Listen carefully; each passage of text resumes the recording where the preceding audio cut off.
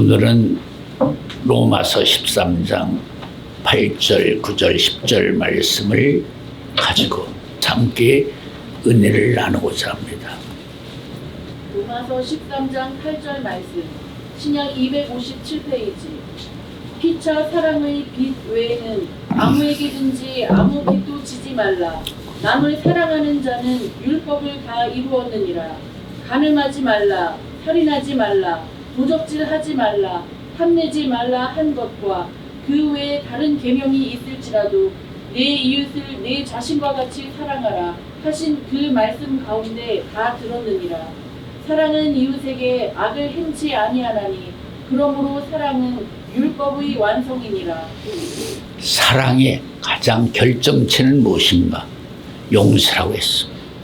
아직도 내 마음에 미워하는 사람, 증오하는 사람, 그런 사람이 있는 사람은 결과적으로 말하면 율법 속에 사는 사람입니다. 율법 속에 사는 사람은 은혜와는 무관한 사람이죠. 모세가 율법의 아버지로서 젖과 꿀이는 가나안 땅에 들어가지 못했습니다. 그래도 모세였기 때문에 비슷한 정상에서 젖과 꿀인 가나안 땅을 동서남북을 하나님이 정확하게 다 보여주셨습니다. 히브리 10장 1절에 보면 율법은 장차 오는 좋은 일에 대한 그림자다, 그런 말씀이 있습니다. 아마도 모세였기 때문에 율법으로 들어갈 수 없는 젖과 꿀인 가나안 땅을 그래도 보여주신 것이 아닌가, 그런 생각을 갖게 주기도 합니다. 그래서 오늘은 용서에 대한 말씀을 가지고 하나님께 은혜를 나누고자 하는 것입니다. 한마디로 내 안에 용서할 수 없는 사람이 있다면 그 사람은 아직 율법 속에 있는 사람이에요. 그 사람 아무리 말씀을 많이 듣고 알고 본인 스스로는 큰 은혜의 믿음을 가진 사람이라고 자랑할지 몰라도 그는 아직 율법 속에서 살아가고 있는 사람이에요. 죄를 올바로 깨닫지 못했기 때문에 죄를 이길 수 있는 용기, 이길 수 있는 지혜, 이길 수 있는 믿음을 갖지 못하는 것이에요. 죄를 깨닫는 부분도 3단계 과정이 있어요. 표면적인 죄, 마음으로 짓는 죄, 영으로 짓는 죄, 세 가지의 죄가 있습니다. 세 가지의 죄에서 내가 벗어나기 위해서는 성경 전체의 말씀을 집약해서 말한다면 오직 선으로 악을, 또 죄를 사랑으로서 초월하는 수밖에 없습니다. 죄인이라는 개념도 한번 생각해 볼 필요가 있습니다. 대지피에 이스라엘 백성들의 피를 섞어서 제물을 바쳤을 때, 망대가 무너져 17명이 죽었을 때 예수님은 분명히 그들의 죄가 이스라엘 백성보다 더 가혹한 벌을 받아야 될 죄를 가졌다고 말하지 않았습니다. 똑같다는 거죠. 너희들 회개하지 않으면 그렇게 죽을 수밖에 없다. 하늘나라는 죄를 90% 가진 자도 못 들어가지만 1% 가진 자도 들어가지 못합니다. 똑같은 죄임이에요. 99% 죄를 가진 사람이나 1% 죄를 가진 사람이나 하나님 입장에서 보면 똑같은 사람이에요. 그 점을 올바로 아는 것이 우리가 죄를 이길 수 있는 믿음이라고도 사랑이라고도 말할 수 있다. 용서는 사랑의 극치를 이룰 수 있는 가장 핵심적인 보석이라고도 말할 수가 있는 것입니다. 예수님께서도 십자가상에서 7원의 말씀, 7 십자가 중에서 첫 번째 십자가가 용서의 십자가입니다.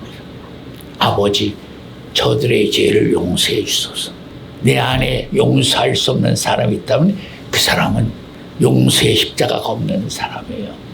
용서의 십자가가 없는 사람은 절대 그리스도의 옷을 입을 수 없는 사람이 되는 것이에요. 용서의 십자가, 십자가 중에서 첫 번째 십자가입니다. 그것을 건너뛰고 다른 십자가를 진다. 있을 수 없는 일이에요. 하나님이 그걸 인정해 주지 않아요. 오늘은 성경 속에 있는 용서의 세계를 다시 한번 찾아보려고 하는 것입니다.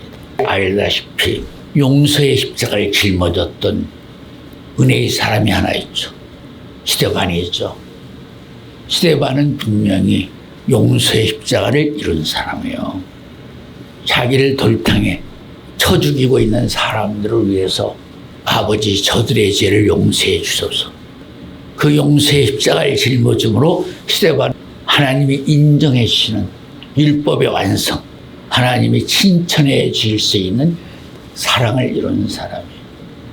요한일서에 보면 하나님은 사랑이라는 말씀이 나오죠. 우리가 그리스도의 옷을 입어야 한다는 말이 나옵니다. 그리스도의 옷은 곧 사랑의 옷이에요. 그리스도는 사랑이시기 때문에.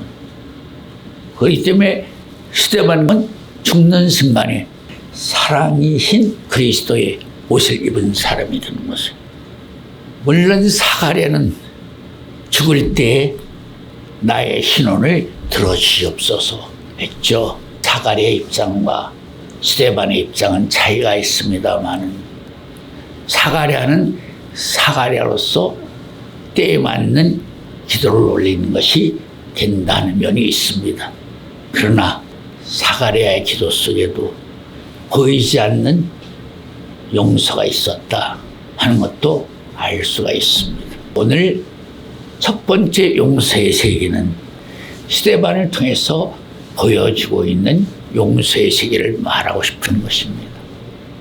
스데반의 용서 속에는 예수님 말씀하신 원수를 사랑하는 말씀이 들어있습니다. 자기를 죽이고 있는 사람들의 죄를 용서해달라고 하는 그 기도에는 원수를 사랑하라고 하신 사랑이 들어있는 기도가 된다. 두 번째, 용서의 기도를 한 사람을 소개한다면 바로 탕자의 비유 속에 있는 아버지의 그 사랑 자체가 지극한 용서가 되는 것이다. 둘째 아들은 분명히 하나님에게 마음으로 고백을 했죠.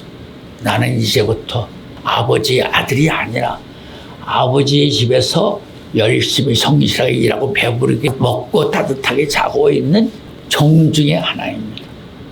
아버지는 그의 발걸음을 매일매일 기다리고 있었다. 아마 오는 길이 한 길이었었나 봐요. 항상 동구밖에 그 길을 바라보고 계셨다. 아들이 나타나자마자 벗은발로 쫓아가서 껴안고 입을 맞추고 송아지를 잡고 첫째 아들은 아버지의 그런 모습에 무척 화를 내죠. 이성적으로 판단한다면 첫째 아들의 말에 무게가 실릴 수밖에 없습니다. 옳다고 말할 수밖에 없죠. 그러나 옳다고 생각하는 그 옳음 속에도 경우에 따라서는 사망의 길이 있다는 것이죠. 요한 16장 25절 말씀. 구약 928페이지. 어떤 길은 사람의 보기에 바르다. 필경은 사망의 길이니라. 그렇죠. 잠언 14장 12절로 같은 말씀입니다. 잠언에 두 군데 그 말씀이 있죠. 내 생각이 반듯하고 옳은 것 같기도 하는 때가 많이 있습니다. 그러나 그런 과정에도 의외적으로 또 다른 판단이 놓여질 수 있는 길이 있다는 것을 지금 기억하고 있는 것입니다. 그래서 그런 의미에서 이사야 50장 8절 9절에도 내 생각과 너희의 생각은 다르다. 하나님의 생각과 사람의 생각은 다른 점이 많이 있다는 것이죠. 우리는 사람의 생각이 아니라 하나님의 생각하시는 그 길을 선택하고 따라가야만 되는 사람들이다 하는 관점에서 오늘의 말씀을 깊이 생각할 줄 알아야 됩니다. 세 번째, 다윗의 용서가 있습니다. 10년 동안 사울의 칼을 피하기 위해서 17군데 피난처를 통해서 고난의 길을 걷고 있죠. 두 번 사울을 죽일 수 있는 기회를 주셨습니다. 그것을 지혜로 삼지 않고 하나님이 나를 시험하시는 입장으로 판단하고 있다는 것이죠. 어둠의 권세가 야 내가 너한테 길게 너 죽여. 그러자 다윗은 하나님이 기름 부으신 자를 나는 죽일 수 없다. 예수님이 40일 금식하고 나면 3번 시험을 받을 때 시험 중에 하나처럼 다윗은 그렇게 판단했다는 것입니다. 다윗이 자기를 죽이려고 원수를 용서해주고 사랑해줬기 때문에 다윗 자신도 사형에 해당될 수밖에 없는 죄를 지었을 때 이것이 하나님이 다윗에게 궁을 베풀 수 있는 명분이 되는 것이죠. 주기도 문에도 우리가 다른 이의 죄를 용서해 준 것처럼 우리의 죄를 용서해 주시옵소서. 다른 사람을 용서해 줄 수 없는 마음을 가지고 있다면 그 사람은 결코 자기의 죄를 영원히 용서받지 못할 사람이 되는 것입니다. 그런 사람이 아무리 보혈의 능력에 의지하여 보혈의 피로써 내 죄를 사해 주십시오 한다고 해서 하나님이 절대 사해 주지 않아요. 내 피를 구하기 전에 내가 흘린 피를 먼저 가서 사화해 사과하고 용서를 받아 그리고 나한테 오라. 1만 달란트 빚을 졌죠. 여기서 1만 달란트란 말은 어느 특정인에게 말하는 것이 아니에요. 지구 안에 있는 모든 생명체들은 다 하나님에게 1만 달란트 빚진 자들이에요. 말하는 것은 1만 달란트 빚졌다는 말은 하나님께서 만들어 온 세상에서 살아갈 수밖에 없는 존재적인 입장을 말하고 있는 것은 이 땅에는 내 것이 없습니다. 내 것은 아무것도 없습니다. 하나님이 만들어진 세상 속에서 살아가고 있는 각자의 입장을 가리켜 1만 달란트 빚진 자예요. 우리는 그것을 표면적으로만 생각합니다. 뭐 하는데 얻어갔는지 몰라지만 저 사람은 빚을 꽤 많이 줬구나. 그런 입장에서 1만 달란트의 가치를 생각을 해요. 아니에요. 1만 달란트는 바로 우리 전체가 하나님이 갚을 빚이에요. 1만 달란트라는 게 얼마나 큰 돈인데 이 말을 하는 저희는 우리는 지금 옛날이나 지금이나 모든 지구촌에 사는 동식물 사람을 막느라고 하나님 앞에 1만 달란트 빚진 자다. 그것을 말하는 것은 그런 그를 간절히 용서를 구함으로 달란트를 감해줬죠. 근데 그가 나가서 자기의 빚진 500달란트 빚진 사람 갚지 않는다고 옥에다 가두고 말았어요. 그 소식을 접한 주인이 그를 잡아다가 호통을 치며 다시 옥에 가두고 말았죠. 이 말씀을 깊이 생각해야 돼요. 오늘의 나는 그런 사람이 아닌가? 나는 하나님이 항상 내 죄를 용서를 구하면서도 다른 사람의 죄를 용서해 주지 않는다면 다시 감옥에 가야 될 그 인간이 바로 나라는 걸 깨달을 줄 알아야 돼. 그것을 깨닫지 못하는 사람은 짐승 같은 인간이에요. 존경에 처하나 그것을 깨닫지 못하는 사람은 멸망받을 수 짐승과 같다. 시편 49편에 2번 있는 말씀이 12절, 20절에 있는 말씀이죠. 시편 49편 12절 말씀, 구역 837페이지. 사람은 종교하나 장구치 못하며 멸망하는 짐승 같도다. 20절 말씀, 종비에 처하나 깨닫지 못하는 사람은 멸망하는 짐승 같도다. 나는 하나님에게 내 죄와 허물을 항상 용서를 구합니다. 그러면서도 나는 남을 용서를 하지 못하는 인간은 멸망받을 수밖에 없는 마땅한 짐승입니다. 나는 하나님한테 항상 사배와 궁을 읽고 제상을 받고 있으면서도 정작 나는 남을 용서하지 못하는 사람, 멸망하는 짐승이랑 똑같은 사람이에요. 늘 존경을 깨닫지 못하는 존재죠. 잘 깨달아야 돼요. 처음부터 결론적인 말씀을 시작했죠. 용서는 사랑의 기본이고 근본이고 원천적인 핵심이 되는 것을, 용서의 십자가가 없는 사람은 절대 하나님의 자녀가 될 수 없어요. 율법적인 사람이기 때문에. 모세는 물도 떡도 먹지 않고 40일 금식을 2번 했고 한 번 40일 중보의 기도를 했습니다. 그런 모세의 입장 차이는 있지만은 반석에게 명하여 물을 내라고 하신 말씀을 불순종함으로써, 반석을 침으로써 은혜의 입장에서 다시 율법의 입장으로 떨어졌다. 그렇게도 말할 수가 있습니다. 용서를 못하는 사람은, 용서의 십자가가 없는 사람은 절대 사랑을 이룰 수가 없기 때문에, 완성할 수가 없기 때문에 다시 율법으로 떨어질 수밖에 없다. 율법의 사람은 절대 저 꺾은 가나안 땅에 하늘나라에 들어가지 못합니다. 잘 깨달아야 됩니다. 그렇기 때문에 우리는 율법의 완성, 사랑의 사람이 되어야 됩니다. 다윗이 압살롬이 죽었다는 비보를 받는 순간에 얼마나 통곡을 했어요.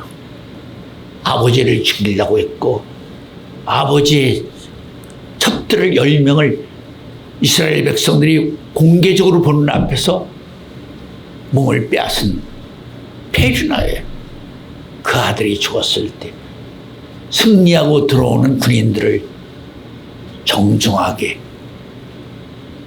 대접하지 않았어요. 요압이 한 말이 얼마나 일리가 있는 말이에요. 그런데도 다윗은 한 구절 속에 압살롬이라는 말을 3번 했고 한 구절 속에 내 아들이라는 말을 2번 했어요. 5번을 자기 아들을 간절하게 부르는 거예요. 내 아들 압살롬아, 압살롬아, 내 아들 압살롬아. 차라리 내가 죽고 내가 살았으면 좋았을 것을. 이 말씀 속에 들어있는 부모의 무한적인 사랑을 엿볼 줄 아는 그런 입장이 가져야 된다. 요압이 볼 때는 다윗의 그러한 모습이 참으로 비열해 보였어요. 우리 왕이 얼마나 올바른 판단력을 가진 왕인데 왜 저 모양이 됐지? 요압의 말 속에는 다윗을 한편으로 비웃는 부분도 있었어요. 올바르지 못한 왕의 처세에 대해서. 그러나 하나님의 입장은 다르죠. 하나님은 다윗의 그러한 모습을 어떻게 판단하고 인정해 주셨을까?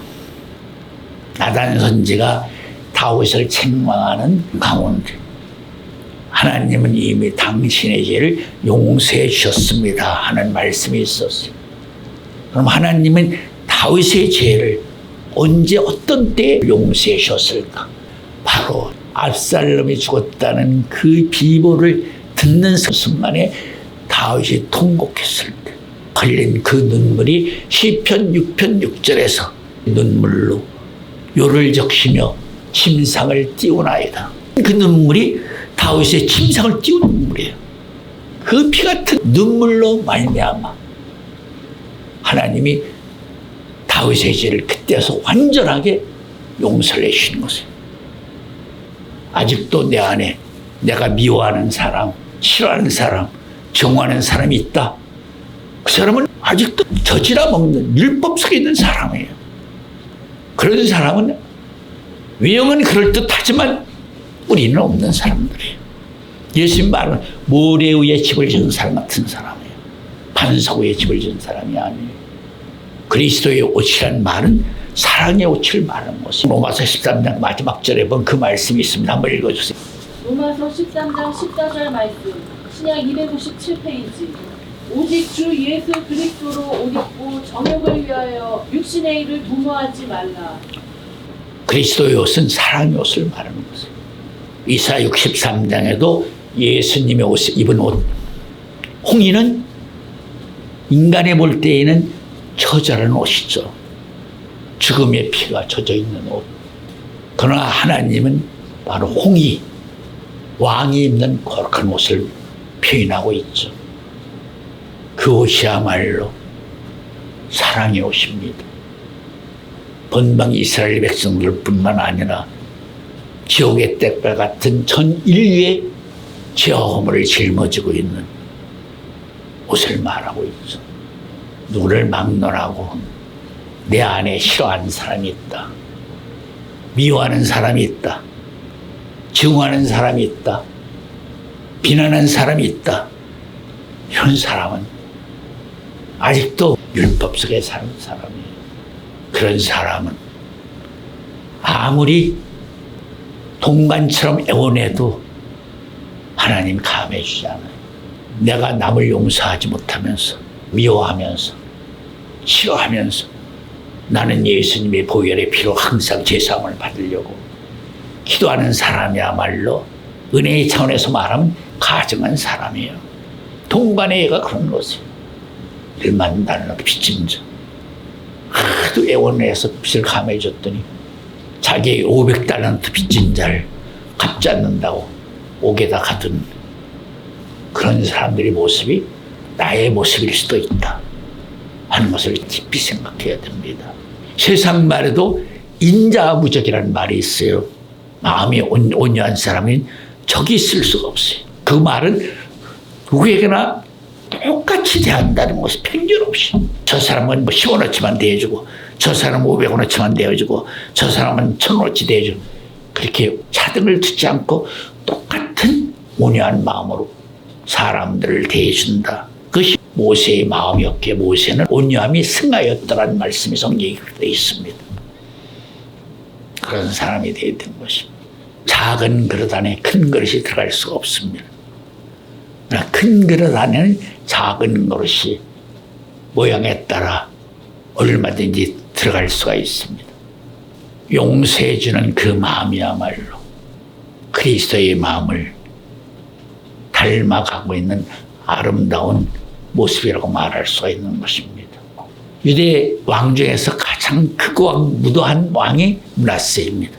근데 하나님이 그에게 다시 한 번의 기회를 주시죠. 뻘거숭이로 바벨론으로 제사드리고 끌려갔어요.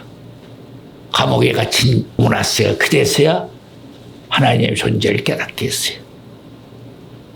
그래서 열심히 감옥에서 기도함으로 하나님이 그의 기도를 들으시고 들어오게 해주셔서 다시 유다의 왕이 되게 해주셨죠.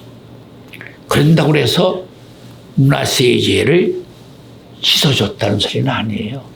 결론적으로는 므낫세의 죄로 말미암아 이스라엘 백성들을 하나님이 바벨론에 던졌다. 그런데 왜 그런 므낫세에게 완전히 죄를 씻어줄 수 있는 기회도 아니고 어정쩡한 기회를 주신 이유가 무엇일까? 그 점을 생각한 적이 있었습니다. 바로 이사야 선지의 기도 때문에 그렇게 해준 것입니다. 이사야 선지가 어떻게 죽었죠? 므낫세에게 토로 양손이 잘리고 양다리가 잘리고 마지막에 목이 잘렸어요. 그때 이사야 선지가 무슨 기도를 했을까? 하나님, 저자가 나를 이렇게 잔인하게 죽였습니다. 저의 죄를 저자에게 갚게 해주셔서 그렇게 기도했나요? 아니에요. 이사야 선지가 용서의 기도를 해주신 것이에요. 이사야 선지가 용서의 기도를 해줬기 때문에 하나님 아브라함을 사 롯을 구원해 주신 것처럼 이사야 선지의 기도를 외면할 수가 없기 때문에 할 수 없이 잔인 무도한 므낫세에게 한 번의 기회를 주신 것이에요. 용서의 기도의 위대함을 보여주신 것이죠. 용서의 기도의 위대함. 우리는 하나님처럼 살아갈 수는 없어요. 그러나 하나님의 신 7 십자가 중에서 우리도 하나의 십자가는 선택할 의무가 있어요. 우리를 이 땅에 데려오실 때 분명히 하나님이 각자 자기의 십자가를 짊어지게 오게 하셨다. 각자가 다 자기 고유적 십자가가 있는 것입니다. 십자가를 짊어진 사람이라면 우리는 당연히 사랑의 완성을 이뤄야 됩니다. 아브라함 99세 때에 하나님이 나타나셨습니다. 13년 침묵을 깨시고 아브라함에게 나타나서 완전하라고 하시면서 새 이름을 지었죠. 람을 함으로 존귀한 아버지를 열국의 아버지로 새 이름을 지시고 완전하라고 하셨습니다. 그 완전하라고 하신 말씀이 첫째가 사랑의 완전입니다. 내 마음속에는 절대 남을 미워하거나 증오하거나 비난하거나 정지하거나 그런 대상이 있어서는 아니 된다. 왜? 너는 이제 열국의 아버지, 인류의 조상이 되었기 때문에 네가 열국의 아버지 조상으로서 책임져야 될 책임감 속에는 첫째가 사랑의 완전을 이루어야 된다는 거죠. 내 후손들을 다 책임질 수 있는 그런 사랑의 사람이 되거라. 두 번째, 신앙의 완전을 말하는 것이죠. 믿음의 조상으로서 내가 가지고 있는 믿음을 너의 후손들에게 다 이어받게 하라. 그래서 아브라함에게 완전하라고 말씀하신 것입니다. 오늘 말씀도 어느 의미에서는 우리들에게 하나님이 다시 한번 완전하라고 요구하시는 말씀이 된다 하는 점을 깊이 생각해야 됩니다. 용서를 못하는 사람은 작은 것에 세상 말해도 저 인간은 마음이 너무 옹졸해. 용서해 주는 사람이 큰 사람입니다. 두 사람이 싸웁니다. 한 사람 깨닫습니다. 이러면 안 되겠다. 먼저 용서해 주는 사람이 용서받는 사람보다 당연히 큰 사람입니다. 그건 불변입니다. 사랑의 율법의 완성이다. 사랑으로서만이 1만 가지 율법을 다 덮을 수 있다. 그런 사랑이 완전한 사랑입니다. 요한일서 5장 4절 말씀. 대저 하나님께로서 난 자마다 세상을 이기느니라. 세상을 이긴 이김은 이것이니 우리의 믿음이니라. 어떤 사람이 세상을 이길 수 있는 믿음을 갖게 되는 것일까? 이게 결론이에요. 완전한 사랑을 가진 자만이 소유할 수 있는 믿음이 바로 세상을 이기는 믿음이다. 하나님은 사랑이라고 했죠. 사랑이 하나님이 가지고 있는 믿음이 세상을 이긴 믿음이죠. 사랑을 가질 수 있는 가장 기본적이고 본질적인 것이 바로 사랑의 가장 귀한 보석이 되는 용서다. 용서가 없는 사람이 나는 믿음이 있다, 말씀이 있다, 은혜가 있다, 다 거짓말쟁이들입니다. 다시 한번 강조한다면 오직 완전한 자만이 창세기 6장 9절 말씀처럼 의인이 될 수 있고 완전함을 가질 수 있고 하나님과 동행하는 자가 된다. 창세기 6장 8절 노아가 은혜를 입었다는 그 은혜는 바로 완전한 은혜를 말하는 것이고 완전한 사랑을 말하는 것이고 완전한 믿음을 말하는 것이다 라는 점을 잊지 말아야 됩니다.